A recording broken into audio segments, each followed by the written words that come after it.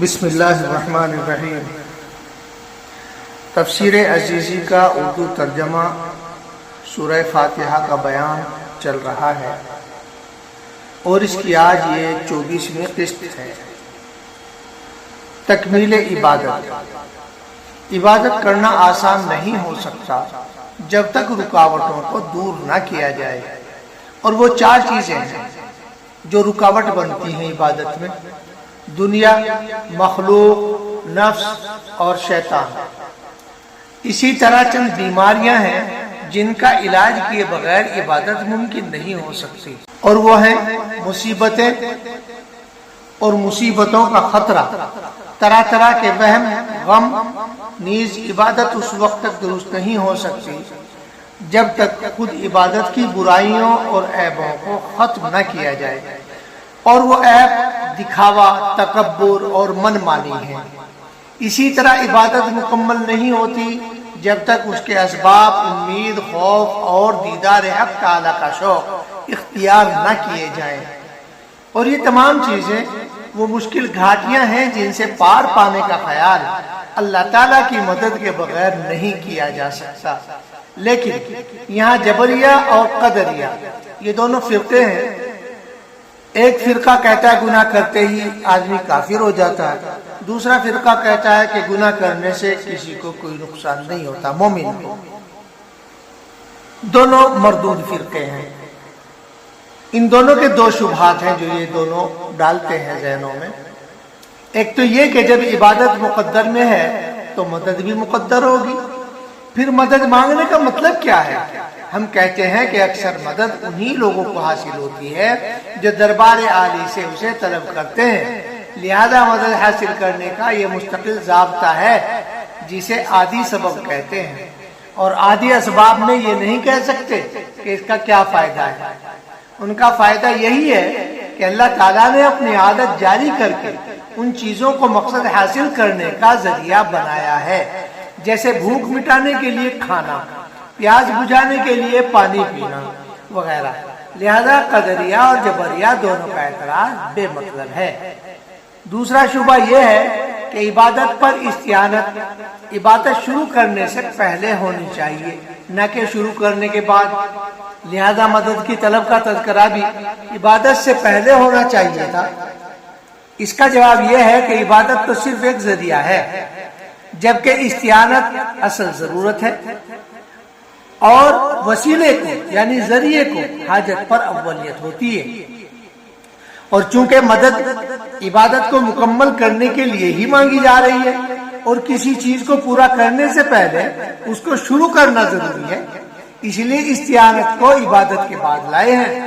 گویا بندہ یوں عرض کرتا ہے کہ میں نے تیری عبادت کو تیرے حکم سے شروع تو کر دیا ہے، اب رہ گیا اس کو مکمل کرنا، وہ میرے بس کی بات نہیں ہے۔ کہیں ایسا نہ ہو کہ کوئی رکاوٹ آ جائے یا کوئی بیماری اسے غارت کر دے، لہذا اس کو پورا کرنے میں آپ سے مدد مانگتا ہوں۔ چنانچہ حدیث میں آیا ہے فَإِنَّ قَلْبَ الْمُؤْمِنِ بَيْنَ إِصْبَعَيْنِ مِنْ أَصَابِعِ الرَّحْمَنِ، یقیناً مومن کا دل رحمان کی 2 انگلیوں کے درمیان ہے۔ اور اگر دنیا و آخرت کے تمام معاملات مراد ہوں تو پھر اس اختصاص یعنی صرف اللہ سے مدد مانگنے کا مطلب یہ ہوگا کہ ہر وہ شخص جو کسی دوسرے کی مدد کرتا ہے اس کی اصلیت یہ ہے کہ اس کے دل میں دوسرے کی مدد کا جذبہ ابھرا ہے۔ اس جذبے کی وجہ سے ہی وہ شخص مدد کرنے پر تیار ہوا ہے، اور دل میں کسی دوسرے کی مدد کا جذبہ پیدا کرنا اللہ تعالیٰ کا ہی کام ہے۔ گویا بندہ کہتا ہے کہ آپ کے علاوہ میری مدد کرنا کسی کے بس کی بات نہیں، مگر جب تو ہی اس کی مدد فرمائے تاکہ وہ امداد کے اسباب مہیا کرے، اور پھر اس کے دل میں میری مدد کا جذبہ بھی تو ہی پیدا کرے۔ لہذا میں واسطوں سے، وسیلوں سے اور ذریعوں سے نظر ہٹاتا ہوں، اور تیری مدد کے علاوہ کسی کی جانب نہیں دیکھتا۔ اس کی وضاحت یہ ہے کہ بندے کو بظاہر طاقت و قدرت دی گئی ہے، جس کی وجہ سے اس کو یہ خیال ہوتا ہے کہ کرنا یا نہ کرنا میرے اختیار میں ہے، لیکن کرنے کو نہ کرنے پر برتری اور ترجیح دینا اس کے اپنے بس میں نہیں ہے۔ اس لیے کہ اگر برتری دینے کا عمل بندے کی طرف سے ہو تو اس پر بھی اعتراض ہوگا اور بات آگے چلے گی، یعنی سوال پیدا ہوگا کہ آخر کیوں اس نے کرنے کو اختیار کیا اور نہ کرنے کو چھوڑا، حالانکہ آرام اسی میں تھا۔ پھر کہا جائے کہ اس کے دل میں جذبہ اٹھا تھا، تو یہ جذبہ اٹھانے والا کون ہے؟ اس طرح سوال پر سوال ہوتا رہے گا، اس سلسلے کو جتنا بھی لمبا کھینچ لے لیکن آخری سوال ہمیشہ اٹکا رہے گا۔ اس طرح سلسلہ چلتا چلا جائے گا۔ لہذا ترجیح دینے والی وہ طاقت اللہ کے علاوہ کسی کی نہیں، تو استعانت کے لائق بھی اسی کی ذات ٹھہری۔ پھر ہم دیکھتے ہیں کہ تمام مخلوقات اپنے مطلب اور ضرورت کی چیزوں کی تلاش اور کوشش کرتی ہیں، لہذا قدرت، عقل، شعور، کوشش اور محنت میں کوئی بھی کمی و کوتاہی نہیں کرتا، لیکن پھر بھی کوئی کامیاب ہو جاتا ہے اور کوئی ناکام۔ معلوم ہوا کہ غیبی امداد کے بغیر کامیابی حاصل نہیں ہوتی۔ نیز یہ بھی کتنی ہی مرتبہ دیکھا گیا کہ ایک شخص نے دوسرے کے سامنے اپنی کوئی ضرورت رکھی، دوسرا ایک عرصے تک ٹالتا اور ٹرخاتا رہا، پھر اچانک ہی اس ضرورت کو پورا کر دیا۔ معلوم ہوا کہ اس شخص کے دل میں اس جذبے کو پیدا کرنا اللہ کا کام ہے۔ لہذا مرد مومن جو شرک سے دور بھاگتا ہے، اس کو چاہیے کہ قادر حقیقی کی امداد و اعانت پر اکتفا کرے اور غیر اللہ کی مدد کو پہلے ہی قدم پر نگاہ سے گرا دے، جو بظاہر تو مدد ہو سکتی ہے لیکن حقیقت میں ان کو کوئی قدرت اور اختیار حاصل نہیں۔ کہتے ہیں کہ جب حضرت ابراہیم خلیل اللہ علیہ السلام کو نمرود لعین نے ہاتھ پیر باندھ کر آگ میں پھینک دیا تو حضرت جبرائیل علیہ السلام تشریف لائے اور کہنے لگے کہ اگر مجھ سے کچھ کام ہو تو فرما دیجئے۔ حضرت ابراہیم خلیل اللہ نے فرمایا مجھے آپ سے کوئی کام نہیں۔ حضرت جبرائیل نے کہا پھر اللہ تعالیٰ سے ہی عرض کیجئے۔ فرمایا وہ ڈھکے کھلے سب کا جاننے والا ہے، لہذا وہاں بھی عرض کرنے کی ضرورت نہیں ہے۔ جب مومن بندہ نماز میں کھڑا ہو گیا، اس کے دونوں پیر چلنے پھرنے اور حرکت کرنے سے رک گئے اور دونوں ہاتھ بھی مجبور و بے بس ہو گئے اور زبان سوائے ذکر اللہ اور قرات کے اور کچھ نہیں بول سکتی، تو گویا اس کے کوشش کرنے اور ہاتھ پاؤں مارنے اور بھاگ دوڑ کے تمام اوزار و ہتھیار حقیقت کے اعتبار سے تو پہلے ہی ناکارہ تھے، اب ظاہر میں بھی کسی کام کے نہ رہے۔ جب ان مددگاروں کو بیکار دیکھا تو اب حقیقت حال کی طرف لوٹ چلا اور پکار اٹھا ایاک نستعین، تیرے سوا کسی کی مدد کی گنجائش ہی نہیں۔ نیز یہ بھی کہا گیا ہے کہ جب مومن بندے نے ایاک نعبد کہا تو اسے خوف ہوا کہ کہیں عبادت کے عمل کو اپنی طرف منسوب کرنے کی وجہ سے تکبر کا شکار نہ ہو جاؤں۔ اس ڈر کو ختم کرنے کے لیے ایاک نستعین کی تعلیم دی گئی ہے۔ اسی سے یہ راز بھی کھل گیا کہ نعبد کو نستعین سے پہلے کیوں لایا گیا ہے۔ بندگی کا کمال۔ کہتے ہیں کہ سورت میں دو مقامات ہیں، ایک مقام ربوبیت کی معرفت یعنی اپنے پالنہار کو جاننا، اور دوسرا مقام عبودیت کی معرفت یعنی بندے کا خود اپنے مقام و مرتبے کو جاننا۔ اور جب یہ دونوں مقام جمع ہو گئے تو اپنے رب کے ساتھ بندے کا معاملہ مکمل اور درست ہو گیا، اور اوفو بعہدی اوفی بعہدکم کے معنی وجود میں آ گئے۔ چنانچہ شروع صورت سے مالک یوم الدین تک مقام ربوبیت بندے کے آغاز یعنی پیدائش سے اس کے انجام یعنی قیامت تک کی پرورش کا بیان ہے۔ اس کے بعد ایاک نعبد سے مقام عبودیت شروع ہوتا ہے اور ایاک نستعین میں بندے کی بندگی کے کمال کو پہنچ جانے کا بیان ہے۔ اور جب دونوں زمانوں میں وفا پورے طور پر ثابت و قائم ہو گئی تو اس پر اہدنا الصراط المستقیم کی صورت میں پھل مرتب ہوتا ہے۔